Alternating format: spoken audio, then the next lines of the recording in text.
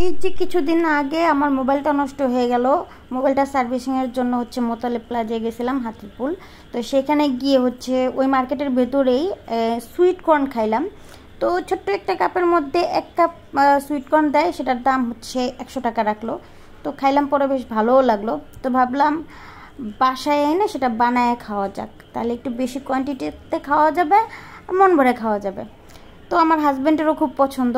তো ওই জন্য বাড়ির জন্য যেদিন শপিং করছিলাম, মানে বাজার, কাঁচা বাজারের বা সবজি টবজি বা অন্যান্য জিনিস যেগুলো প্রয়োজন ছিল, সেদিন একটু বাটার কিনে নিয়ে আসছিলাম, আর একটা সুইট কর্নের ক্যান কিনে নিয়ে আসছিলাম। তো ওই জন্য এখন আমরা বাসায় সুইট কর্ন বানায় খাবো। তো আসেন দেখা যাক সুইট কর্ন কী কী দিয়ে বানাই আর কিভাবে বানাই। তো প্রথমে এখানে আমরা একটা কড়াইয়ের মধ্যে কিছুটা পরিমাণ বাটার গালায় নিতেছি আর কি, মানে বাটারটাকে হিট করে আর কি অয়েল তৈরি করে নিতেছি। তো এই মোমেন্টে যে স্মেলটা আসছিল, মানে একদম।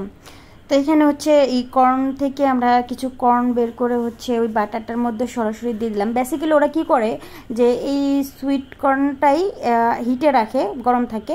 তো ওটার মধ্যে বাটার টাটার মশলা টশলা দিয়ে জাস্ট মিক্স করে দেয়। তো আমরা ওই কর্নটাকেই বাটারের মধ্যে দিলাম, দেন আবার আর একটু বাটার দিলাম। এখন ঝামেলা হচ্ছিল যে পুরানটাকে একটা সমস্যা, বড় সমস্যা, সেটা যে চুলায় গ্যাস থাকে না, লাইনের চুলায়। তো আমাদেরও সেদিন গ্যাস একটু কম ছিল, ওই জন্য ভালো করে প্রপারলি হিটটা পাইতেছিল না।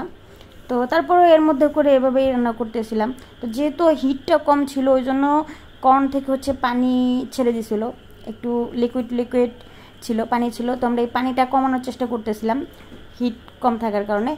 তো যাই হোক, তারপরে আমরা এই কর্নের মধ্যে সামান্য পরিমাণ একটু লবণ, এরপরে মানে পরিমাণ মতো দিবেন, যে যতটুকু পরিমাণে পছন্দ করেন সেই পরিমাণে লবণ দিবেন। অনেকে লবণটা মিষ্টি জাতীয় জিনিসের মধ্যে একটু কম খায়। তো আমরা আজকে আসলে শুধু সুইট কর্ন না, সুইট অ্যান্ড স্পাইসি কর্ন রান্না করতেছিলাম।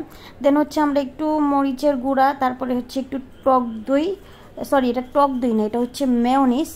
আর এই মেয়োনিজটা আমরা বাসায় তৈরি করছিলাম। তো বেশ অনেকখানি মেয়োনিজ তৈরি করে ফ্রিজে রেখে দিয়েছিলাম। অনেক সময় অনেক কিছু অনেক প্রয়োজনে খেতে হয়।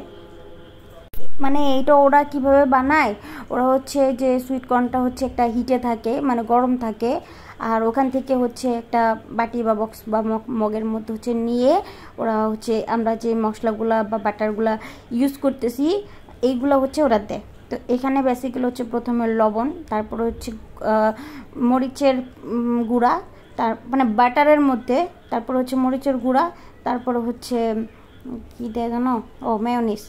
তো এগুলো দিয়ে মিক্স করে রান্না করতে হয়, মানে রান্না না বানাইতে হয় আর কি। তো এইটা বাসায় বানায় খাইছি, পরে ওটার থেকে বেশি মজা লাগছে, মানে কিনে খাওয়ার চাইতে। আপনারাও ট্রাই করে দেখতে পারেন, এটা অনেক বেশি মজা।